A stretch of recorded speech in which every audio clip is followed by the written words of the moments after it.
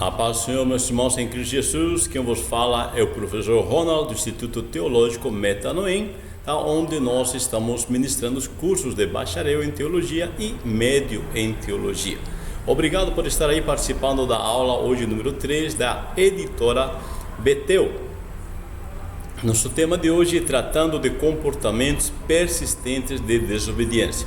E você que está participando a primeira vez, por favor, inscreva-se no nosso canal para você ser notificado todas as vezes que for publicado a lição nova. Amém?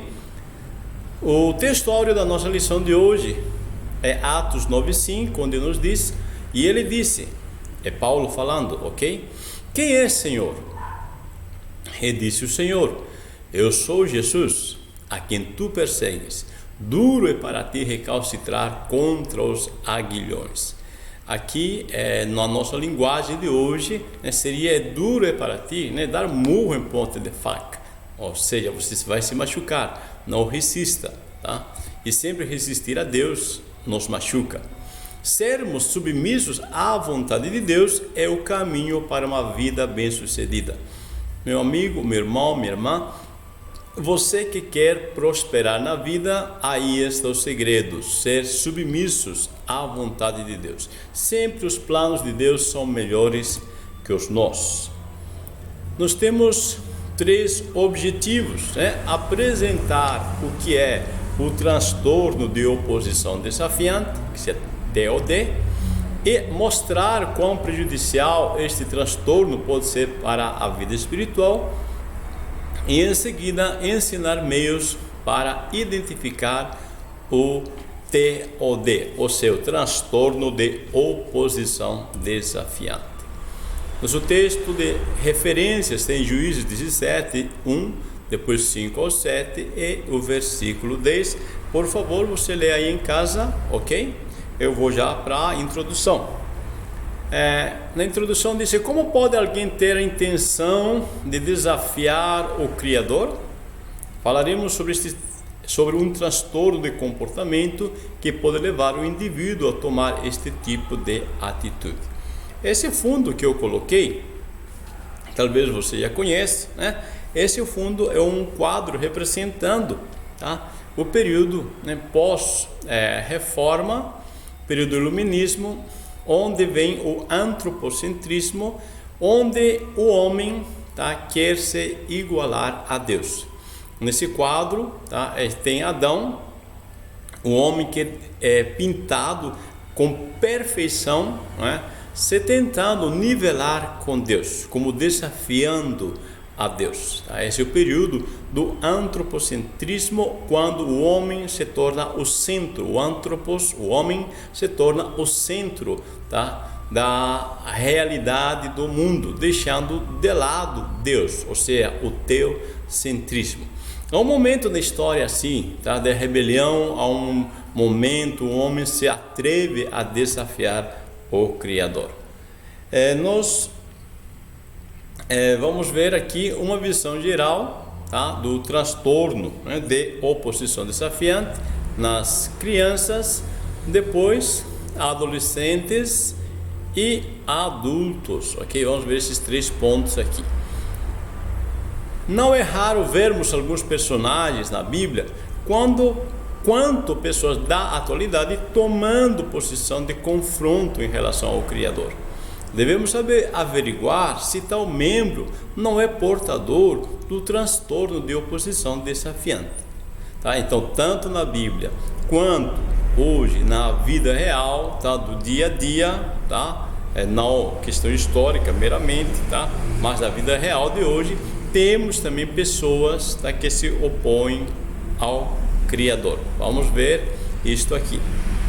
O transtorno de oposição desafiante em relação às crianças tem um desafio, maior atenção quando se apresenta em crianças, e é necessário prestar atenção quando esse tipo de comportamento se torna constante. Meu irmão, minha irmã, agora eu quero que você pense um pouquinho. Tem pessoas que vê uma cena dessa, uma criança desafiando a mãe, e às vezes até acham bonitinho, até brinca, né? Olha que bonitinho, olha que gracinha, olha a cara dele fazendo cara feia, né? E nós temos que ter muito cuidado com esse tipo de elogios, tá? Porque estamos motivando a essa criança a novamente repetir o mesmo comportamento. Tá? Então, os pais ou as pessoas, né, os avós, né, que estão em volta, tá, não devem nunca, tá, dar um elogio, tá, a um comportamento negativo, pois o elogio reforça o comportamento. Tá? Aqui futuramente vai gerar problema. Segundo os especialistas, modificar o comportamento da criança por meio da alteração na forma dos pais lidarem com a criança provou-se ser eficaz para o transtorno desafiante de oposição. Então, aqui, né, eu trouxe aqui uma pesquisa, né, de alguns doutores, né, mestres e doutores da análise comportamental, e eles perceberam que quando se modifica, quando se altera a forma dos pais lidarem com a criança, isso é que traz o resultado. Veja, meu irmão, veja, minha irmã, que o problema, tá, os especialistas acharam, tá, identificaram que o maior problema não está na criança, mas sim como os pais lidam com a criança. Tá? Então aí eu coloquei duas imagens, né? Vamos pedir direção a Deus, né? Como lidar, tá? Como trabalhar, né? Estamos elogiando comportamentos negativos, né? Tem gente que acha bonitinho a criança falar um palavrão, né? Ou se opor, ou ficar bravo, né? Vamos pensar um pouco, vamos orar, pedir direção. Como é que estamos tratando essa criança para que não traga problemas futuros? Adolescentes indesejados. A adolescência é um período bastante delicado no desenvolvimento do indivíduo. Não diagnosticar, tá, o transtorno de oposição desafiante na infância pode fazer que nesta idade, ou seja, na adolescência, se torne uma ameaça à sociedade. Então, a adolescência, tá, é um momento realmente muito crítico, né? Quem já passou na adolescência sabe da experiência disso. Tá? Um momento, aquela pessoa, aquele adolescente, ele se sente criança, tá? Ele quer ser tratado como criança, e tem momento que ele quer ser adulto e quer ser tratado como adulto. Ou seja, ele está numa fase de transição, e nesta fase de transição ele se encontra perdido dentro de si. E aí, tá, é o problema, tá? Aí é a questão, tá? Nós temos que saber, né, como interpretar, tá, cada ação, tá, e como tratar, né, como se relacionar, tá, com o adolescente, tá? Não ser alguém radical, né, de que tudo seja rebeldia, mas às vezes, né, isso é normal em um momento, até certos limites, tá? Existe uma normalidade, né, do adolescente às vezes manifestar, tá, um desconforto, porque na verdade ele está desconfortado consigo mesmo. O que nós temos que ajudar é a encontrar-se a si próprios. Amém? Adultos, é importante observar e tratar o mais rápido possível o transtorno de oposição desafiante, ou na idade adulta poderá evoluir para o transtorno de conduta. Veja, transtorno de conduta já é algo, né, mais, tá, complicado. Fatores associados à evolução do transtorno de oposição, tá, para transtorno de conduta são adversidades, segundo especialistas, tá? Os fatores que ajudam, né, a evoluir, tá, do TOD para o TC, tá, são as adversidades familiares e ambientais, tais como ter uma mãe adolescente, mudanças frequentes e possuir um padrasto ou madrasta. Veja, meu amado irmão, minha irmã, cuidado com essas informações, né, não generalizar, ok? Aqui está muito quente, tá, meus amados? Aqui estou em São José dos Campos, tem um calor muito forte, tá? Então não liguem eu estar secando, tá? Então esses fatores, tá, não devemos generalizar. adversidades familiares, né? Então, as influências, o que os especialistas da área dizem, que realmente quando uma família, né, é muito problemática, tá, tem aquela criança, aquele adolescente tem muitos problemas familiares, enfrenta vários problemas familiares no seu ambiente que vive, tá, isso pode provocar realmente, pode influenciar para ter transtornos de conduta. Ou às vezes ter uma mãe adolescente que não sabe lidar com um filho, tá? Ou mudanças frequentes também, porque essa pessoa não se estabiliza. Ou às vezes ter um padrasto ou uma madrasta que não se corresponde. Em todos esses aspectos de influência social, tá, não devemos generalizar. Apesar dos especialistas nos falarem que isso tem influência e reconhecemos que tem influência, tá, mas não se generaliza. Por quê? Uma coisa importantíssima, meu irmão, minha irmã, tá, é que temos que entender que não são as circunstâncias que nos acontecem na vida que nos modelam em si, mas sim como nós, tá, seres individuais, como respondemos, tá, como reagimos a estas circunstâncias. É aí que está a questão, entendeu? Porque tem pessoas que foram criadas com adversidades familiares muito fortes, mas no entanto decidiram serem pessoas melhores na vida. Tem mãe, né, que teve seu filho na adolescência, né, mas decidiu criar a criança, né, realmente com maestria, né? Um exemplo disso é Maria, a própria mãe de Jesus. Maria, mãe de Jesus, dentro do contexto cultural, tá, não tinha menos, né, de 12 anos, tá, e mais de 14 anos, ou seja, ela era uma adolescente, mas dentro do seu contexto, tá, ela criou Jesus com excelência, tá? Então todos os fatores, tá, devemos saber pesar, tá? Mas existe maior probabilidade quando se tem influências externas para influenciar essa pessoa a ter transtornos de conduta. Aí nós temos o 2, vida espiritual prejudicada pelo transtorno de oposição desafiante. A escolha de Mica, o transtorno de oposição desafiante compromete a percepção e a perda de limites pelo transtorno de oposição desafiante. A vida espiritual prejudicada pelo transtorno de oposição desafiante. O capítulo 17 de Juízes relata acerca de um homem chamado Mica.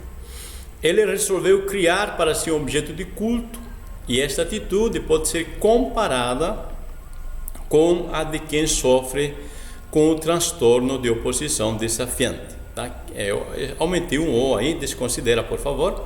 Tá? Que sempre escolhe andar na contramão das regras estabelecidas.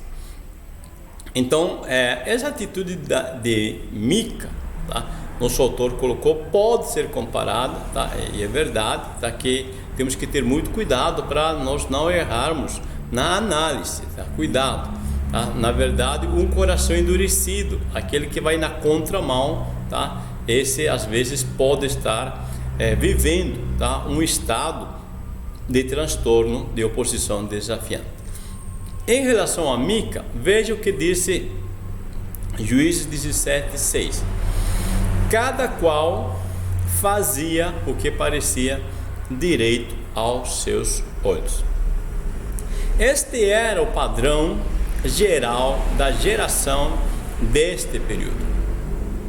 Mica, juntamente com sua mãe, fazem parte desse contexto e resolvem fazer um ídolo e cultos em sua casa para adorar ao Senhor Jeová, mesmo que misturado com seus ídolos.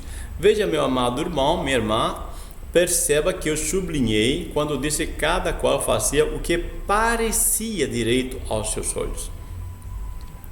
O que estamos deixando claro aqui? Que eles estão querendo fazer o melhor, tá? Mas não tem referenciais, tá? Eu coloquei aqui no próximo texto, na versão revista atualizada, onde disse: naqueles dias não havia rei em Israel, cada qual fazia o que achava mais reto. Olha só o que o texto, o texto completo aí eu coloquei, quando diz que naqueles dias não havia rei, isto é, não havia líder. Não havendo liderança, as pessoas fazem o que parece melhor, cada qual fazia o que achava mais reto. Então Mica está procurando agradar a Deus. Você vê no versículo 2, ele disse: bendito do Senhor. Tá? Então ele está procurando realmente viver conforme a vontade de Deus. Eu vou ler aqui, diz assim, Juízes 17, versículo 1 e 2, vou ler. Havia um homem da região montanhosa de Efraim, cujo nome era Mica, o qual disse a sua mãe: os 1.100 ciclos de prata que te foram tirados, por cuja causa deitavas maldições, e que também me falaste, eis que esse dinheiro está comigo. Eu tomei. Então lhe disse a mãe: bendito do Senhor seja meu filho. Veja, ele usa ela, a mãe de Mica usa a expressão de louvor a Deus, porque o filho está confessando o seu erro. Mais para frente, no versículo 13, diz: então disse Mica: agora sei que o Senhor me fará bem, porque tenho um levita por sacerdote. Eu quero que você perceba que Mica está querendo servir ao Senhor. Ele está procurando agradar ao Senhor. E o levita, que aparece, quando vem esse levita, Mica diz: puxa vida, eu estava tentando servir a Deus, agora vai ficar melhor, porque tem um ministro, alguém que faz parte do ministério sacerdotal e vai me ajudar a servir ao Senhor. E o levita, ele tem uma expressão também, quando disse: o caminho que seguis está perante o Senhor. Em todo esse contexto, eu quero mostrar para você que, na verdade, Mica e o levita não estão, neste caso, por favor, neste caso, não estão desafiando Deus, nem estão desobedecendo a Deus. Eles estão querendo agradar a Deus, mas não havia um líder, alguém que dê referências. E quando às vezes as pessoas não têm referências, eles fazem na sua intenção de fazer algo melhor, dentro dos seus próprios esforços, ok?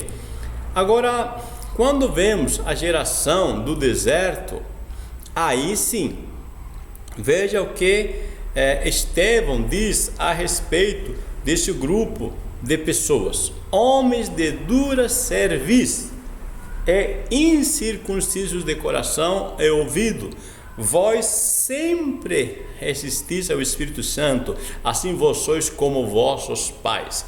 Aqui sim nós temos uma geração, temos um grupo de pessoas que sempre está resistindo, Estes têm transtorno de oposição de fato desafiante a Deus. O transtorno de oposição desafiante compromete a percepção.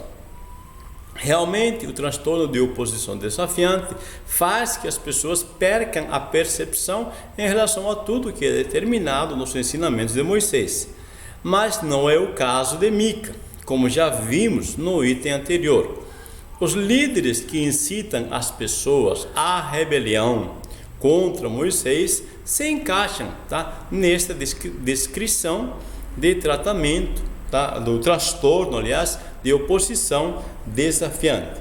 Corã, Datã, Abirão, esses são bem conhecidos justamente por sua oposição. Duas características presentes no transtorno de oposição desafiante são a oposição e o desafiador, um comportamento opositor e um comportamento desafiador. E veja que em Números 16, 1 e 2, disse que Corã, filho de Izar, filho de Coate, filho de Levi, juntamente com Datã e Abirão, tomando certos homens, levantaram-se perante Moisés, juntamente com 250 homens varões de renome. Ou seja, eles juntaram uma turma boa e se levantam contra Moisés.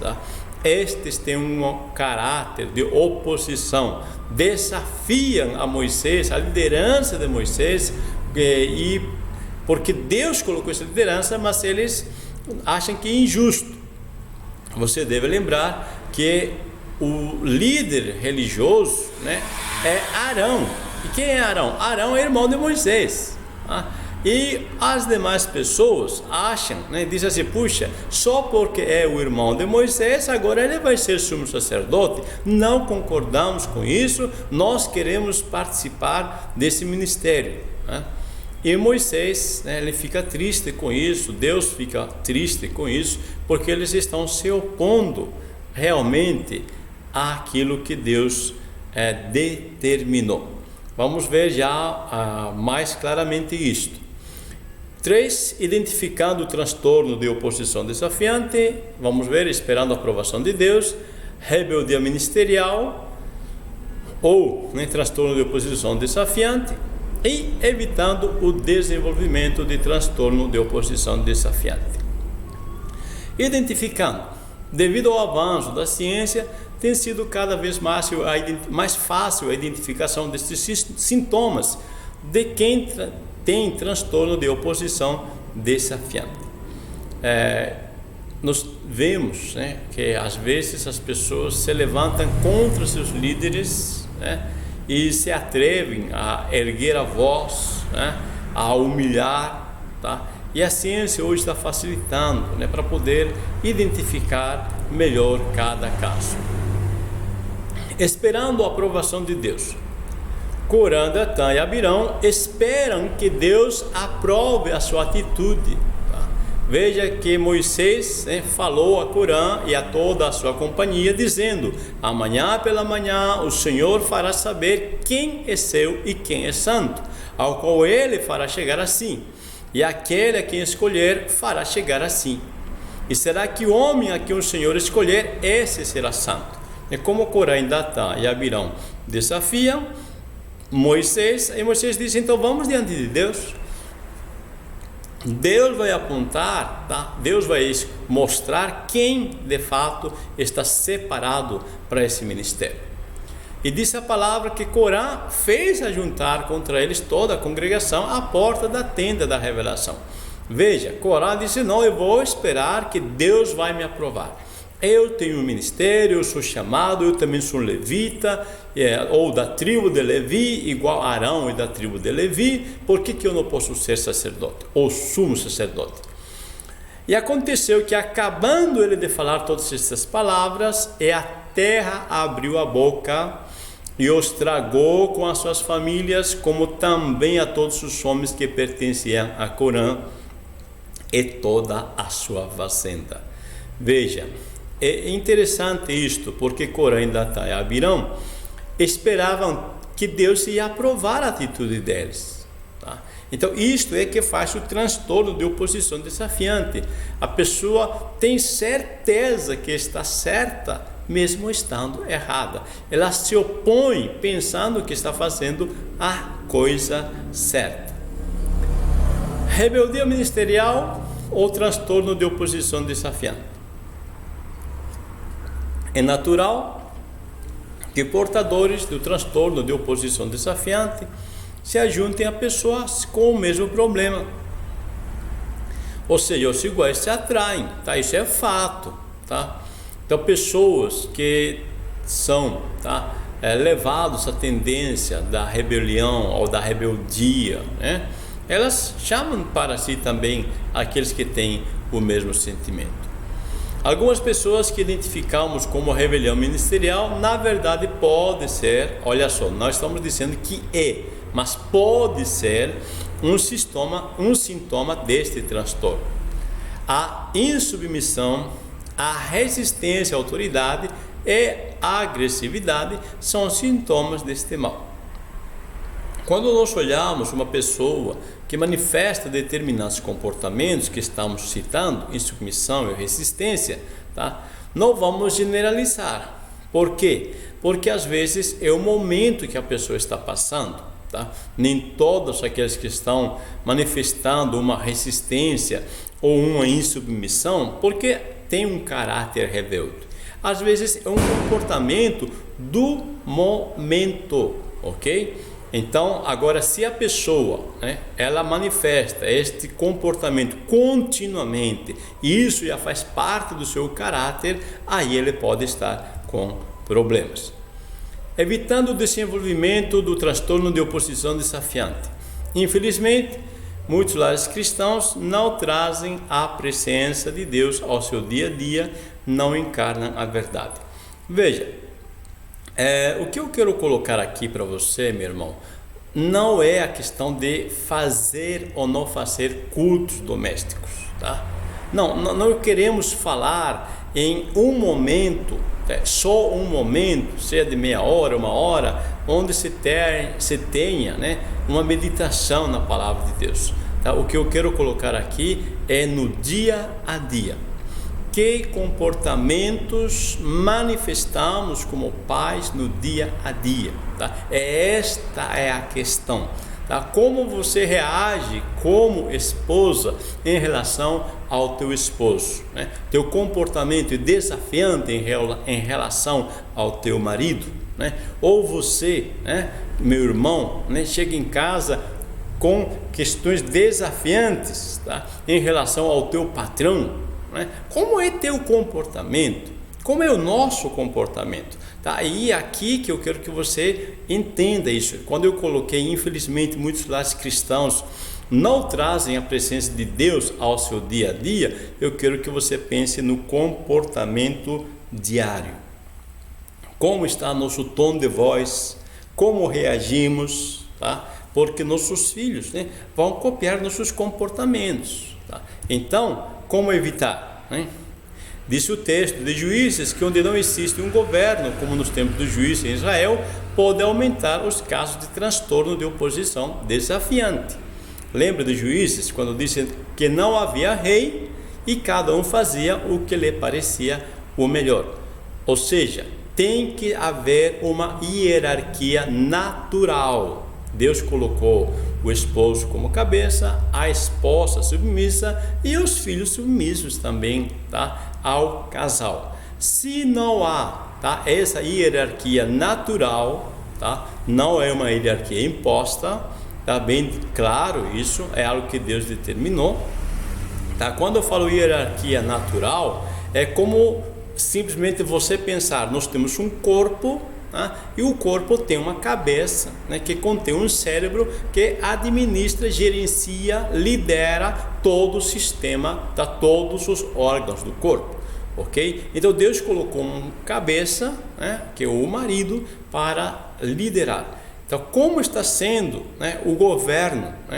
Você está fazendo valer teu governo ou não? Como você está gerenciando os relacionamentos? Isso pode ajudar você a evitar que se desenvolva o problema do transtorno de oposição desafiante. Ora digo, disse Paulo aos Gálatas, que por todo o tempo em que o herdeiro é menino, está debaixo de tutores e curadores até o tempo determinado pelo Pai. Assim também nós, quando éramos meninos, estávamos reduzidos à servidão debaixo dos rudimentos do mundo. E Cristo, disse o texto, eu cortei um pedaço que é muito grande, mas Cristo se manifestou para resgatar os que estavam debaixo da lei, que seriam esses rudimentos que ele cita, a fim de recebermos a adoção de filhos. Bom, o que eu quero colocar para você? Veja que Paulo disse que enquanto a pessoa é menino, é criança, precisa estar debaixo de tutores, precisa estar debaixo de uma lei, ou seja, regras. Essa criança precisa estar limitado por regras, porque criança não sabe discernir claramente entre o bem e o mal. Isso que Paulo está dizendo. Nós, disse também, ele está referindo ao Antigo Testamento, quando nós não tínhamos compreendido o amor de Deus, Deus nos colocou como crianças debaixo de regras. Isso pode, isso não pode, isso pode, isso não pode. Tem lei. Por que Deus nos fez assim? Porque Ele sabia que nós somos cabeça dura, como crianças. Nós às vezes não amadurecemos. Agora, quando entendemos o amor de Deus e nós servimos a Deus por amor, aí nós recebemos a adoção de filhos, ou seja, aí nós amadurecemos, aí estamos adultos e servimos a Deus por amor, tá? Então esta é uma das formas de a gente evitar, tá, o desenvolvimento de transtorno de oposição desafiante. Meu irmão, minha irmã, coloque tuas regras, tá? Coloque tua lei, né, dentro do teu lar, coloque limites, que isso é para o benefício do teu filho, da tua filha.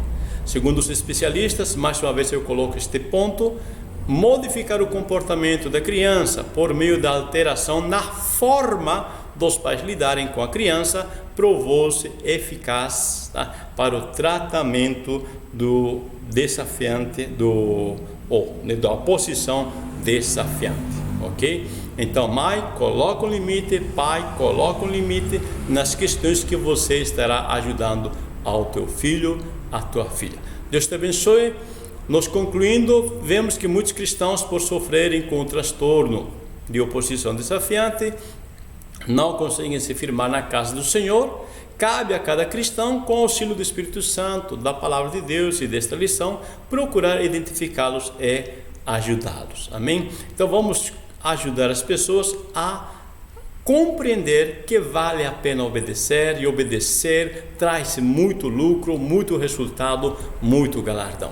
Concluindo, apresentamos o que é o tratamento de oposição desafiante, mostramos o quão prejudicial este transtorno pode ser para a vida espiritual e ensinamos meios para identificar o transtorno de oposição desafiante. Meu amado irmão, minha irmã, mais uma vez, se você não está inscrito, por favor, se inscreva em nosso canal. Deus te abençoe, um bom domingo, uma boa escola dominical para você, em nome de Jesus. A paz do Senhor.